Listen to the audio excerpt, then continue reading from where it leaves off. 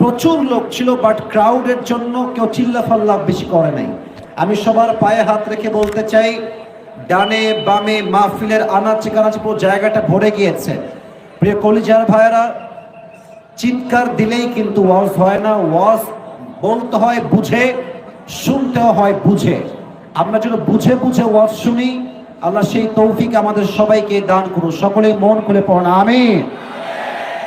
প্রিয় বগুড়ার ভাইয়েরা, আজকের এই মাহফিলে গ্যাদারিং, এত বড় একটা মাহফিল, এটা আমরা জানি 5 আগস্টের আগে এটা এতটা সহজে বাস্তবায়ন করা সম্ভব ছিল না। আমার কলিজার টুকরা ছাত্র জনতার মাধ্যমে এই দেশটাকে আমরা দ্বিতীয়বার আবার স্বাধীন করেছি। আমি স্পষ্ট ভাষায় বলতে চাই, মুসলমান ঘরের সন্তান আমরা আগ বাড়িয়ে কাউকে মারতে চাই না, তবে